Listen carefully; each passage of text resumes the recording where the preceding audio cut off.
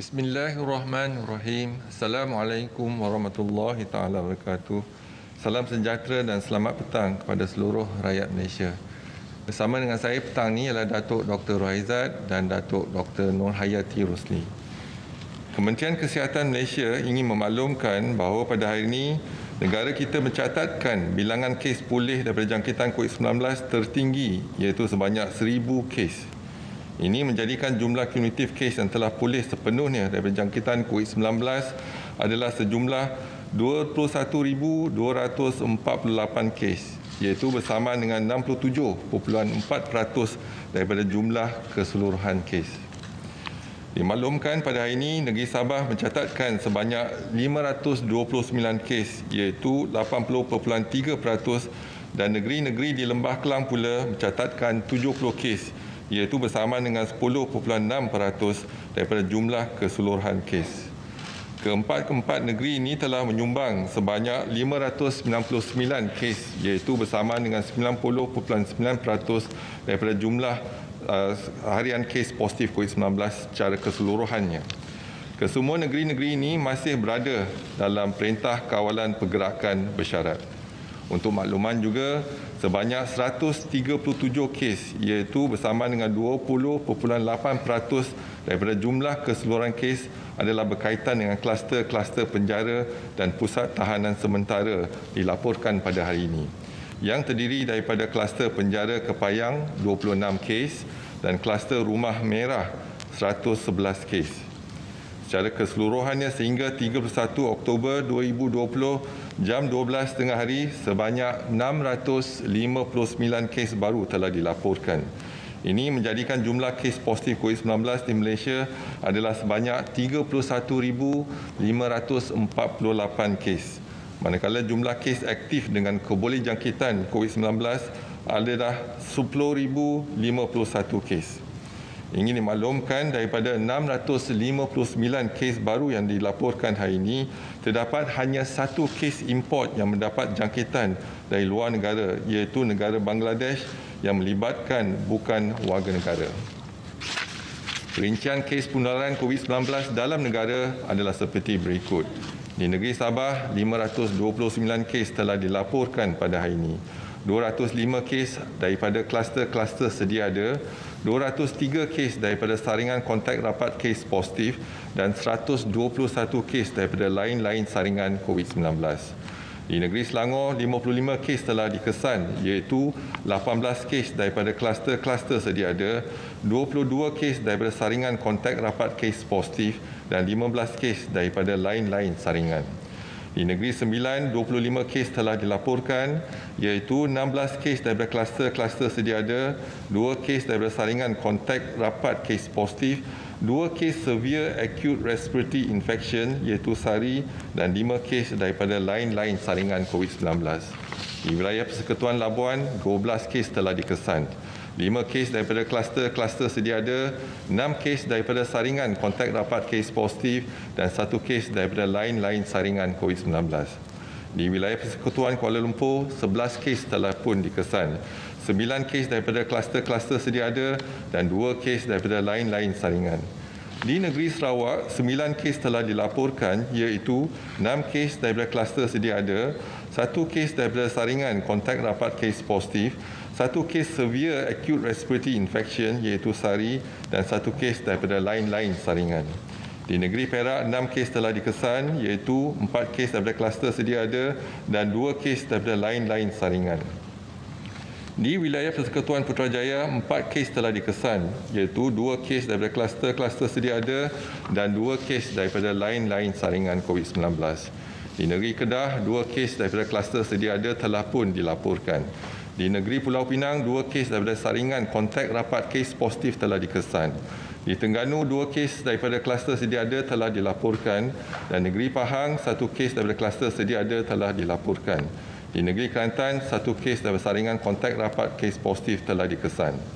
Sehingga kini terdapat 83 kes positif COVID-19 yang sedang dirawat di unit rawatan rapi, di mana 19 kes memerlukan bantuan pernafasan.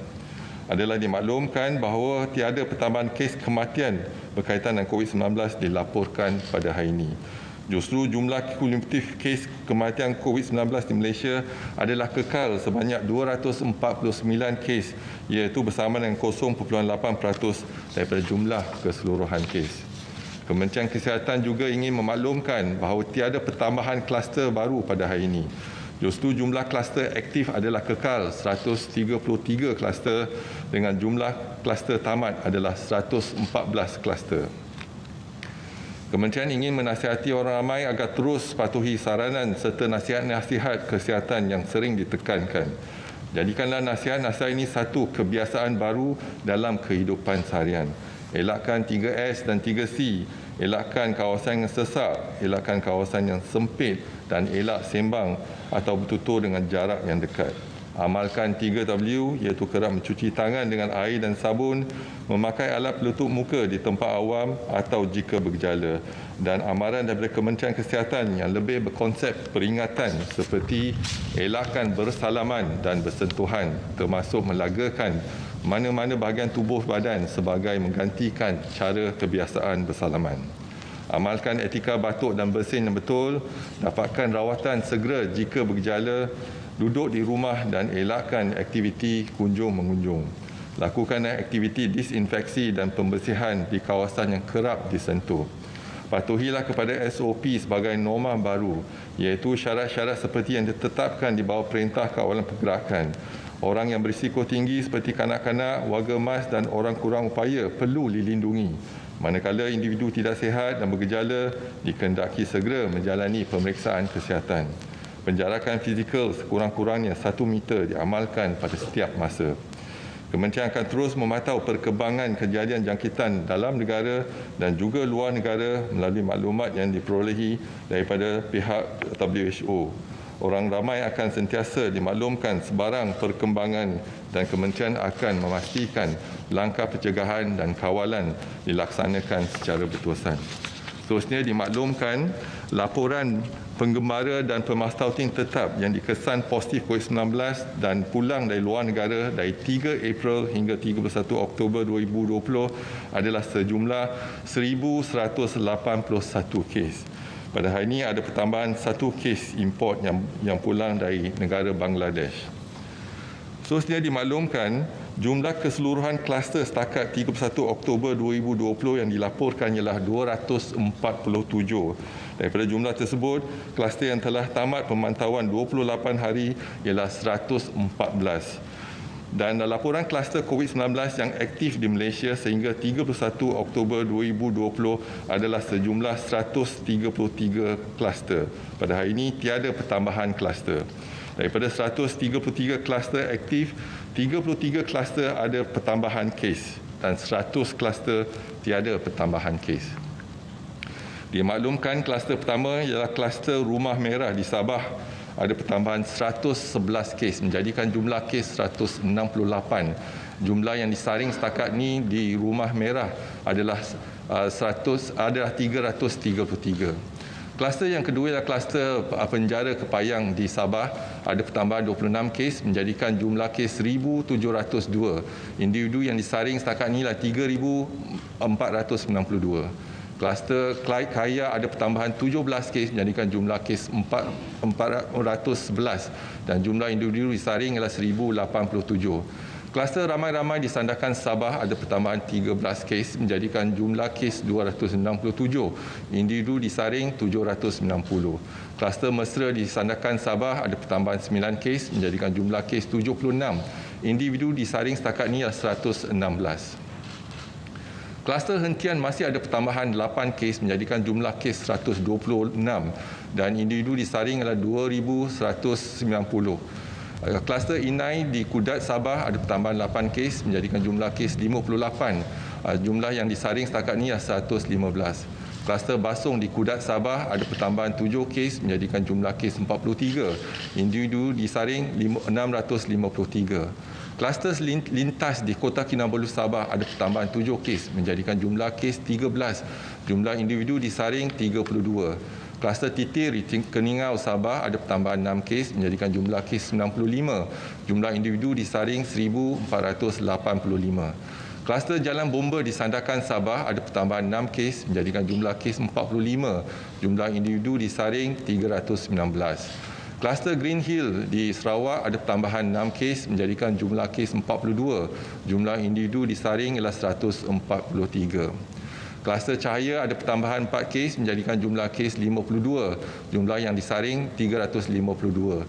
Kluster Merpati ada pertambahan 4 kes menjadikan jumlah kes 49. Jumlah yang disaring adalah 125. Kluster Taman Bunga ada pertambahan 4 kes menjadikan jumlah kes 28. Jumlah yang disaring 62. Kluster Telipuk di Kota Kinabalu, Sabah ada pertambahan 4 kes menjadikan jumlah kes 14. Jumlah yang disaring setakat ini ialah 147. Kluster Sagu King di Labuan ada pertambahan 3 kes menjadikan jumlah kes 231. Individu disaring setakat ini ialah 3,345. Kluster Bayan ada pertambahan 3 kes menjadikan jumlah kes 50. Jumlah individu yang disaring 1,107. Kluster Megah di Sabah ada pertambahan 3 kes menjadikan jumlah kes 28. Jumlah yang disaring 64. Kluster Samudera di Sandakan, Sabah ada pertambahan 3 kes menjadikan jumlah kes 12. Jumlah yang disaring pun 12. Kluster Bah Manggis ada pertambahan 2 kes menjadikan jumlah kes 77. Individu disaring 1,989. Kluster Buntar ada pertambahan 2 kes menjadikan jumlah kes 55. Jumlah yang disaring setakat ini ialah 1,042. Kluster Sauk di Sabah dan Sarawak ada pertambahan 2 kes menjadikan jumlah kes 32. Jumlah yang disaring ialah 403. Kluster Mak Eka ada pertambahan 2 kes menjadikan jumlah kes 31 dan jumlah yang disaring ialah 403. Jumlah yang disaring adalah 905. Kluster Mentari ada pertambahan 2 kes menjadikan jumlah kes 30 dan jumlah yang disaring adalah 111. Kluster Sofi di Negeri Sembilan di Seremban Negeri Sembilan ada pertambahan 1 kes menjadikan jumlah kes 103. Jumlah yang disaring adalah 174. Kluster Menara ada pertambahan 1 kes menjadikan jumlah kes 85. Jumlah yang disaring adalah 548. Kluster Semerah ada pertambahan 1 kes menjadikan jumlah kes 84. Individu yang disaring adalah 1,152. Kluster Alma ada pertambahan 1 kes menjadikan jumlah kes 41. Jumlah yang disaring 764. Kluster Astaka ada pertambahan 1 kes menjadikan jumlah kes 33. Individu yang disaring 115. Kluster Bah Kenangan di Hulu Langat, Selangor ada pertambahan 1 kes menjadikan jumlah kes 28. Individu yang disaring ialah 60. Kluster Bena Labuan ada pertambahan 1 kes menjadikan jumlah kes 22. Individu yang disaring setakat ini ialah 171. Kluster Titian di Labuan ada pertambahan 1 kes menjadikan jumlah kes 12. Individu disaring 530. Dan kalau kita lihat kluster lain iaitu kluster Penjara Tembok, kluster Benteng Lahad Datu, kluster Penjara Reman, kluster Bangau-Bangau dan kluster 7 Serangkai tiada pertambahan kes pada hari ini. Seterusnya dimaklumkan laporan kapasiti harian 61 makmal COVID-19 yang menjalankan ujian RT-PCR untuk seluruh negara pada 30 Oktober 2020 adalah sejumlah 58,566 ujian seharian. Semalam kita berjaya menjalankan 26,326 ujian seharian iaitu bersamaan dengan 48%. Juga dimaklumkan kapasiti harian 3 makmal COVID-19 yang menjalankan ujian RT-PCR untuk negeri Sabah sahaja adalah sejumlah 2,700 ujian seharian.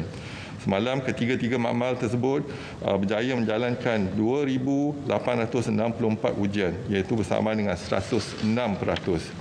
Dimaklumkan laporan jumlah kumulatif ujian RTK antigen seluruh negara setakat 30 Oktober 2020 adalah sejumlah 365,589 ujian. Daripada jumlah tersebut, 605 ujian adalah positif COVID-19 iaitu bersamaan dengan 1.6%. Juga dimaklumkan laporan jumlah kumulatif ujian RTK antigen untuk negeri Sabah sahaja setakat 30 Oktober 2020 adalah sejumlah 102,547 ujian. Daripada jumlah tersebut, 5,213 ujian adalah positif COVID-19 bersama dengan 5.1%. Pada 30 Oktober 2020 sahaja 2,430 ujian dijalankan seharian dan 122 ujian adalah positif iaitu bersamaan dengan 5%. Jadi pada hari ini dapat kita simpulkan 659 kes positif COVID-19 telah dilaporkan dengan 1 kes import. Tiada kluster baru dan tiada kes kematian dilaporkan pada hari ini. Jadi saya buka kepada sebarang soalan dan pertanyaan. Persilakan.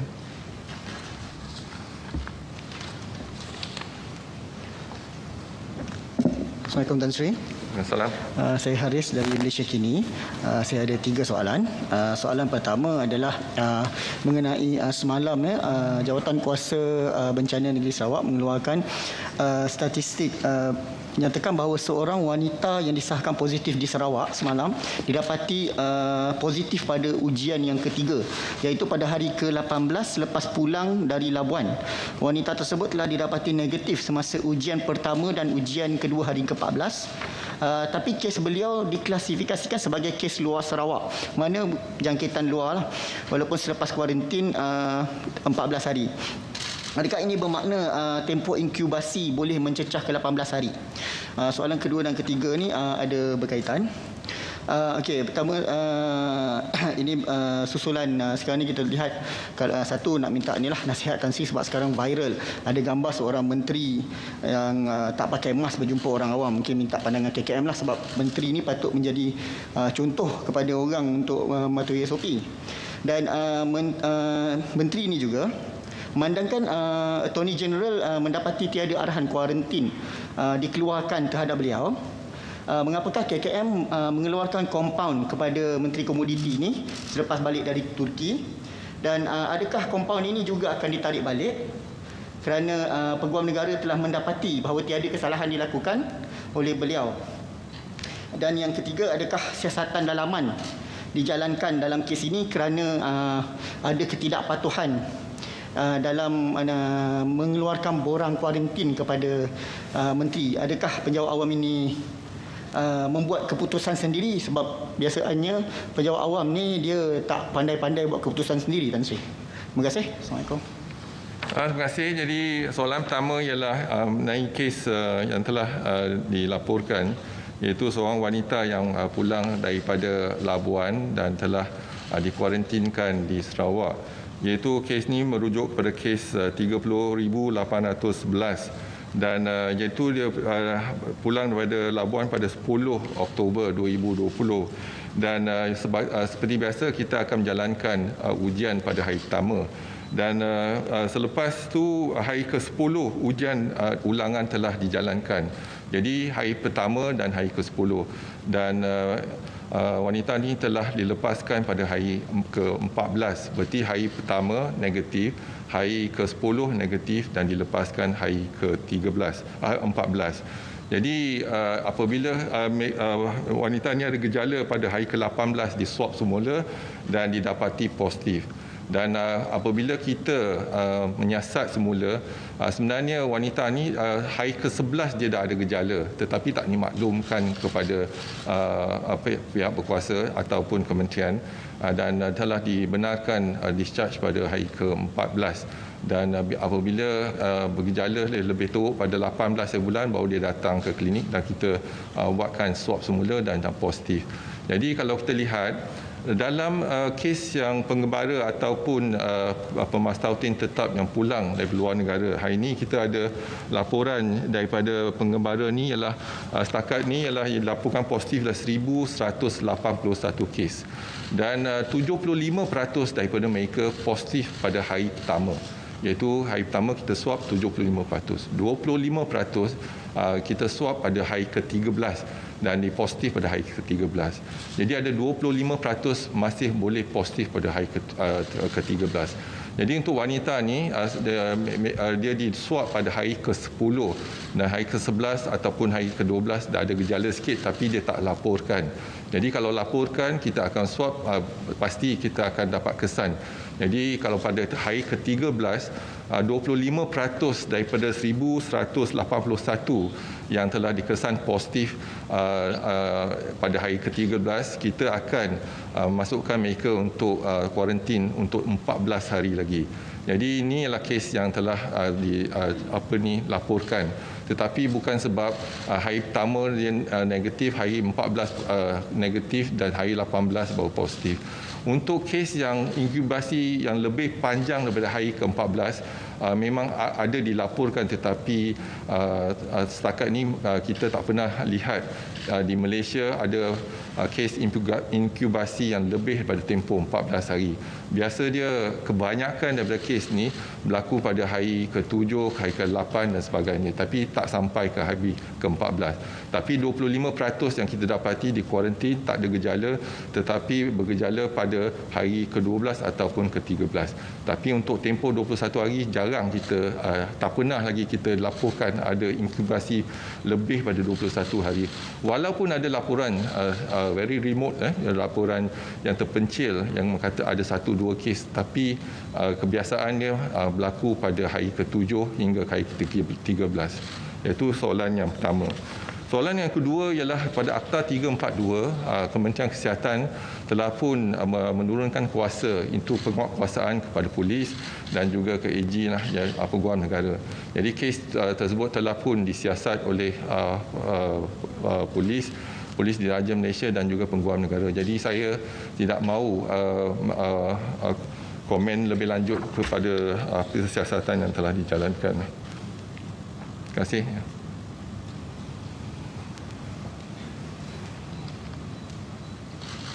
Kenapa kes yang wanita Sarawak tadi tu dia hari ke-10 dia swab bukan hari 13?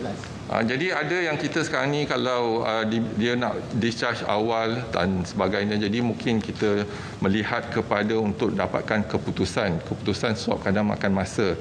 Jadi kalau kita swab hari ketiga, kalau dia 3 hari dah masuk ke 17, hari ke-17, ada yang dia swab ke hari 10, hari ke-11. Kalau boleh, kalau kita laksanakan swab pada hari dan dapat keputusan pada hari itu, kita boleh laksanakan. Jadi mungkin salah satu sebab ialah kita diawalkan ialah kerana keputusan ujian. Jadi kalau dia swab hari ke-10, mungkin dapat ujian hari ke-13 atau 14.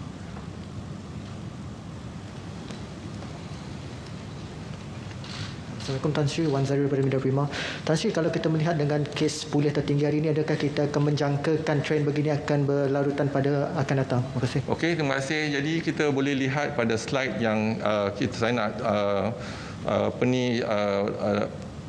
kalau kita boleh tumpukan kepada gambar rajah slide yang telah saya rangkakan, iaitu ramalan untuk ramalan untuk tindakan kesihatan awam dan juga ramalan kepada aktiviti-aktiviti kita dalam pengurusan COVID-19 ni.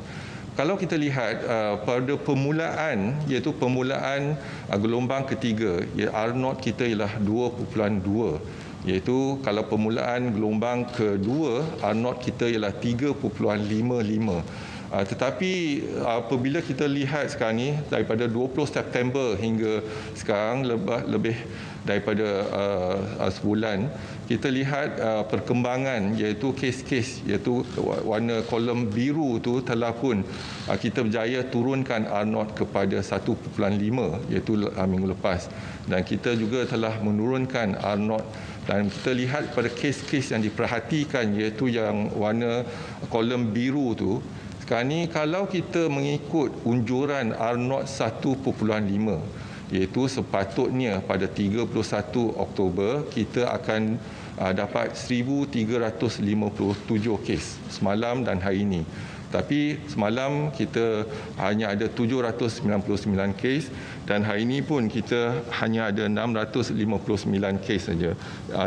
Hari ini 659 kes dilaporkan. Berarti sepatutnya kalau R0 ialah 1.5, kita sepatutnya mendapat 1,359 kes, 57 kes malam dan hari ini. Itu ialah R0 1, iaitu R0 iaitu 1,357 kes itu kalau R0 itu 1.5. Tapi kalau kita jangkakan menggunakan unjuran R0 1, sepatutnya semalam dan hari ini kita akan dapat kes yang dilaporkan ialah 950. Tetapi semalam kita dapati kurang pada 950, iaitu 799.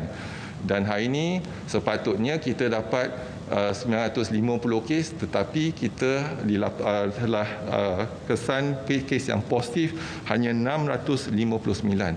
bererti kita mengikut unjuran R01, kita lebih kurang daripada R01, iaitu bermaksud dan dalam tindakan kita lebih pada 2 minggu, iaitu menggunakan kaedah PKPB, iaitu kita imbangkan kesihatan dan ekonomi, iaitu kita membenarkan sektor ekonomi untuk berfungsi tetapi kita perlahankan ataupun kita tangguhkan aktiviti sektor sosial, sektor pelajaran dan sektor sukan, contohnya di kawasan-kawasan yang zon merah telah pun menampakkan hasil positif, iaitu kita dapat menurunkan kes-kes keboleh jangkitan kurang pada R0, dia kurang pada 1. Jadi ini adalah kesan yang positif hasil pengurusan dan tindakan Kementerian Kesihatan. Dan dalam tempoh kita jangkakan sepatutnya kita boleh turunkan R0 pada 0.3. Kalau 0.3 kita lihat pada kawasan Kelabu tu. Jadi tetapi kita sekarang ni R0 lebih tinggi pada 0.3 tetapi mungkin kurang daripada 1.0. Jadi kita harapkan dalam tempoh 2 minggu lagi, kalau boleh kita mempergiatkan aktiviti dan pengurusan pesakit-pesakit COVID dan tindakan aktiviti-aktiviti di lapangan untuk kita membendung penularan dan memutuskan rantaian jangkitan COVID-19 dalam negara, iaitu aktiviti dipergiatkan dan kita juga perlu kerjasama daripada rakyat Malaysia untuk patuh kepada SOP. Yang paling penting, kalau boleh duduk di rumah. Kalau terpaksa keluar dari rumah, patuh pada SOP sebagaimana yang kita sarankan. Kalau kita mengikut kaedah ini, kita boleh meratakan ataupun melandaikan kes, iaitu menjadikan R0 daripada kurang daripada 1 hingga 0.3. Sebagaimana kita lihat di negeri Kedah, satu masa dulu ada peningkatan kes yang tinggi dengan banyak kluster-kluster. Kita tak lupa kepada kluster Siwa Gangga, kluster Tawa, kluster Salah, kluster Telaga, kluster Sungai, dan hari ini kita dapati hanya 1 kes yang dilaporkan di negeri Kedah. Berarti dengan tindakan kesihatan awam kita, dengan tindakan saringan kita yang dijalankan, tertumpu di kawasan-kawasan zon yang kita syaki dan kita melaksanakan temko, kita dapat mengurangkan kes-kes. Begitu juga di negeri Sarawak dan juga di negeri Selangor, Lembah Kelang, kita boleh juga kawal dan cegah penyakit berjangkit ni, iaitu COVID-19, kalau kita menggunakan kaedah yang sama. Setakat ni kita tak ada vaksin, kita tak ada ubat, tetapi kita ada kaedah kesihatan awam untuk kita mengurus dan mengambil tindakan untuk memutuskan rantaian jangkitan COVID-19 dalam negara kita.